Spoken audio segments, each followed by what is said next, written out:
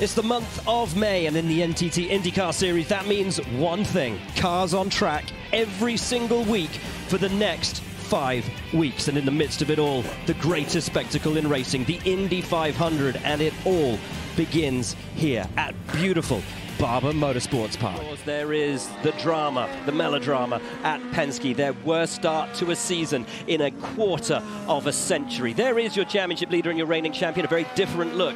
That's how you do a special one-off livery. Beautiful for the number 10 this weekend. That's a great looking car. HRC, the performance division of Honda Racing Corporation. That's the men and women out in California building these engines in these Indy cars. Think about all of the great names on two wheels, fittingly, as we sit here at Barber Motorsports Park, that have ridden the HRC colors. I think back to, Freddie Spencer or Mick Doohan, so many through the years on the MotoGP side, Danny Pedrosa, Nicky Hayden, and it's really cool to see that livery come to IndyCar in full bore, and now a primary here at Barber. I'll tell you what's cool to see, guys. This many cars on track this early in the session. Kyle Kirkwood kind of mentioned it in the interview at the end of the next broadcast that because the inclement weather is coming tomorrow, practice 2 tomorrow morning, there's a good chance it could be wet. You need to get your race prep done now. The race on Sunday looks really good from a weather standpoint. So these cars and drivers are going to be on track. They're going to be hammering out qualifying simulations, but also need to try to get a little bit of race running done too. If we take a little replay here, off in the last corner, turn 17, way off. I will say this about Barber Motorsports Park. It's one of the tracks where you can get away with going off and not damaging the car. Let's watch and listen. Oh, that was a full arm of opposite lock, right hand off the wheel. We've seen that hook to the left, Townsend, and crash into pit wall. We've seen it spin around and hit the wall on the outside and do some pretty significant damage. So early in the session, bullet dodge there for Scott McLaughlin. As we take a look at Scott McLaughlin, who's already been off track once today. That's a nice hold. Wow. Wow. I think testing the structural integrity of his underpants through there, and holds it. Wow. Beautiful. That was well done to get off the brakes right when he did with a little bit of left hand down, but so lucky to escape that. That is 2 in a row. Time for him to come down, catch his breath, and clean up the seat and make a setup change. That was a brilliant use of the brake pedal. Yes. To not only not lock up completely, if you notice, both front and rear tires kept rolling for most of that, but the precise moment to dump the pedal and release it, that's a guy who knows car control every which direction. Learning a lot from this guy here, his teammate, Pato O'Ward. Had a couple brilliant drives so far this year. That comeback in St. Pete, I'm still thinking about that. That was a really, really good run through the field with really no strategy options to play, a puncture, and still picked up, 13 spots? And I think the key for Pato O'Ward was, I think like 3 years ago in that situation, he'd hit something, he'd hit somebody else, something. He'd be frustrated. It seems like the Pato O'Ward now is take as much as I can get and don't force anything more than that. Huge maturity difference, I think, over the last 3 years. But we talk about the consistency of an Alex Palou, who already this season has as many race wins, little skid, little slide, as he did when he won the championship last season. Pato's results this year, a P11, a second place at Thermal, and a P13. It's that yo-yo that he cannot afford if he wants to get himself into championship I think he's learning that. I mean, the fact, again, that he's, 6th in points says a lot about how much he's learned in that regard. And I wonder how much Newgarden's cool, calm mentality at such a young age, and the fact that he's delivered 2 podiums to start this season, factors into how Pato O'Ward handles adversity. Has he learned a lot already from this guy? It's going to be interesting to see how this develops, and I'm interested to see how this car is handling right now. T-Bill, you mentioned it at the top. This is the first time coming here with the hybrid, that extra 100 or so pounds. This is the kind of track you're really going to feel it from inside the race car, because in those long, fast corners, weight is the enemy. And just watching and listening to this onboard, I'm seeing some places already where the car's struggling. Let's just ride along with Newgarden and listen.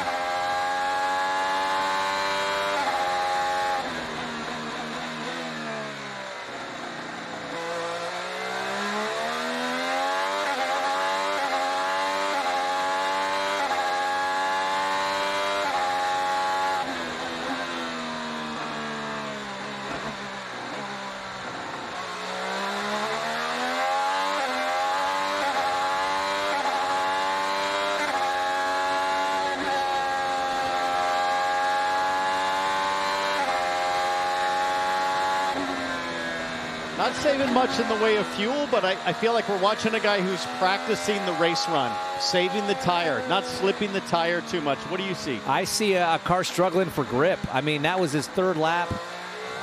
What does that put him? Where did he end up? Right now, he's only 24th. He's just struggling for grip. He couldn't. That chicane on the back straight used to be flat. It was easy flat back in the manufacturer kit era, 15 to 17. It was flat, but just with the 18, the AK-18 kit. With this extra weight, though, it is really a struggle. And speaking of power, this is the corner right before. This is turn 1, just a little bit too hot.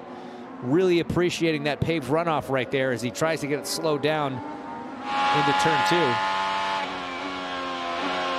Oh yeah, you see, he just missed it right from the turn in, nowhere near the apex. It's either from, understeer right off the bat, or maybe he was uncertain about the rear of the car, didn't want to add any more lock. Both McLaughlin and Will Power, Team Penske teammates, stretching the limits here in practice 1. And that's your front row from last year, guys. Yeah. Both struggling to get it done. So different than Christian Lundgaard, who we rode with earlier. Colton Herta very much appears to be pushing his Firestones right here. Let's just take a few corners to enjoy his balance and technique.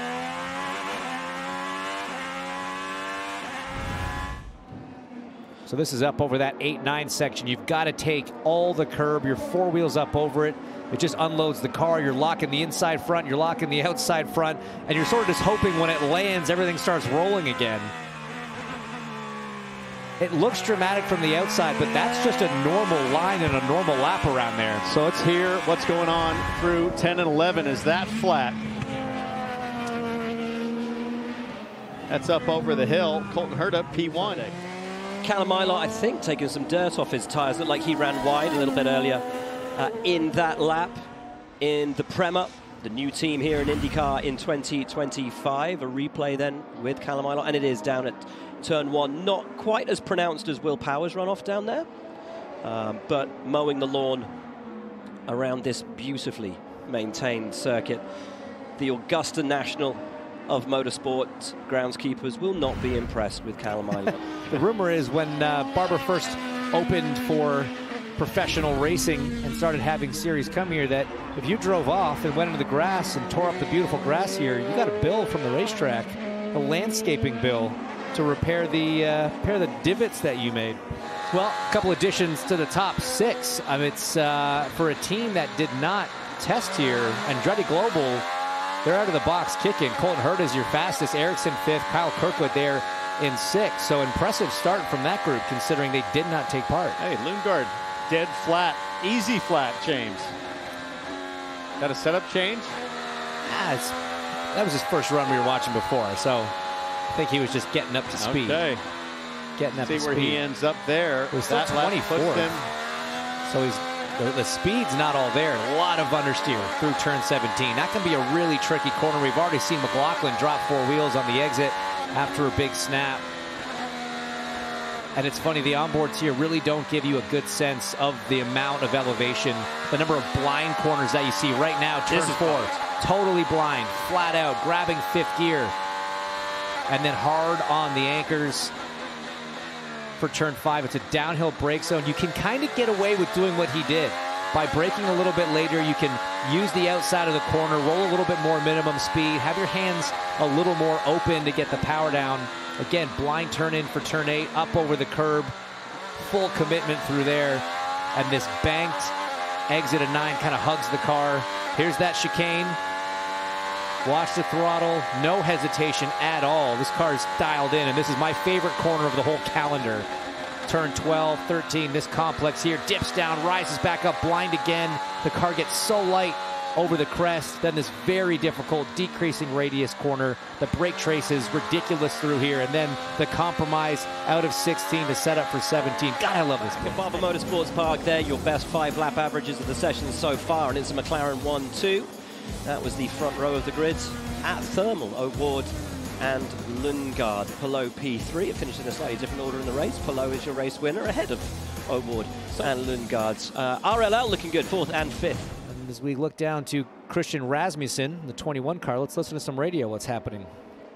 If the rear is pretty planted, You got to keep the nose pinned with a little more brake over the crest. I can hear you pushing over the crest. Balance is no different. That sounds like maybe it was driver coach Lee Bentham on the radio. That would make sense. He's probably up there in turn 2 where we saw Jack earlier, up in the beautiful hills. And yeah, just so good. I mean, Lee, a very accomplished racing driver in his own right back in the day. And I've worked with him in a driving coach capacity, and he is so good at being able to read what a car is doing from the outside, from trackside. It's very impressive. In the Cyclone Next Gen livery car this weekend, one of a number of cars with new liveries for us. We'll keep you abreast of all of those so you know who you're spotting out for this weekend as the checker falls here at Barber Motorsports Park. Marcus Ericsson, your fastest driver from Devlin DeFrancesco, Colton Herta, third fastest, and Santino Ferrucci and Will Power, your top 2 drivers, and your 4th place man, all on the soft tire, everyone else on the hard. On board with Felix Rosenqvist. We talked about him earlier, of course, the big impact that he had down at turn 1 in testing here. We took some laps of the track with Felix earlier on today. Townsend, I think he's had a phenomenal start to this season. A little under the radar, but always on that bubble, potentially for a podium, potentially for a win. It felt to me when we were talking to him, he feels it, the team feels it, they're knocking on that door. You know, I loved comparing what the vibe was like with Rosenqvist driving us around in the pace car and Palou. Yeah. Some similarities. They both have that same excess processing power. Rosenqvist is just more chill. He's been doing it a little longer. He just lacks maybe, I don't know if it's a lax, but the difference is he's a slightly less intense character than Palou, but just ever so slightly different. But to your point, the way he's fired off with his Michael Shank racing team, Meyershank, excuse me, co-owned by Michael Shank, this season has been really remarkable. They finished 3rd, what's that, 9th and 4th, I think, in the first 3 races. So exactly what you want to do. And Rosenqvist simply said, we're not going to be doing anything different to win. We're just going to keep showing up like we have in the top 5, and our day is going to come. Santino Ferrucci following, I believe, Kiffin Simpson up ahead. This will give us a great impression of some of the drop downs. Down the hill here, back up the hill, sweeping down, and then that blind rise over the crest. What I like about this nose cam, other than just giving you a great sense of the speed, is it really does kind of show you how blind these corners are. This is a more accurate depiction of what the driver sees than that roll hoop camera on board that we're used to watching. You just sit so low in these race cars. Just look at this next corner, over turn 8. You cannot see where you're going, but you know you've got to completely jump the turn 9 curves here. I've crashed a couple of super bikes, and this reminds me of that view. No vehicle in sight, just me going down the road in my leathers. Sliding the leathers. It's just been so fun, and these are the moments where I just feel grateful for my life, getting the opportunity to race with Ryan Reinbold and then hang out with all you guys at Fox. This is just fantastic. Great. Well, we can't wait to get there with you as a member of our broadcast team and watch you do your thing. As Felix Rosenqvist, he said it's his crashiest track on the schedule, and he's cleverly using the turf to the high side, but he's got to stay out of the rocks here, James, or he's going to be beached. Yeah, that's a tight kind of needle to thread there, but let's ride on board here. Turn 1, all good as you turn it into 2. He just gets a little bit wide. You see that left front, or the right front rather, start to lock up. And that's why they put that patch of grass right up against the wall, give the drivers a chance to save it and keep moving, not getting beached. It's so easy to do. We see that happen a lot throughout practice. You're going to see it in qualifying as well as drivers push the limits here. Boy, I've never seen that section of the track so unforgiving. I mean, he locked up and then he got right out of the brake pedal, and there was just nothing for him to work with grip-wise. And look at the yard sale that he's creating down in turn 5 as he got to the brake pedal, and all of the lateral G going forward, longitudinal G going forward, dumped all those rocks out. And we ride on board now with Award. Interesting to watch where the hybrid deployment happens here. Again, the hybrid system giving you about 60 extra horsepower. It's going to be about 7 seconds total that you can burn per lap. It's done based on an energy amount that you are allocated per lap. Equates to about between 7 and 8 seconds. So you see here he's used a little bit of it coming out of that last corner. as indicated by these little displays on either side of the cockpit. Recharges there as he's off brake, off throttle, into 2, but look at the understeer coming off there. Battling those soft sidewalled, or red sidewalled, soft compounded alternates. Scotty Mack using everything on offer there at the exit of turn 3. Let's see what he does here in 5 if he just rim shots it. Probably see the same thing over in the museum corner. On a flyer right now as 10 seconds remain in this session. This will be his final lap. Already moved up to second fastest.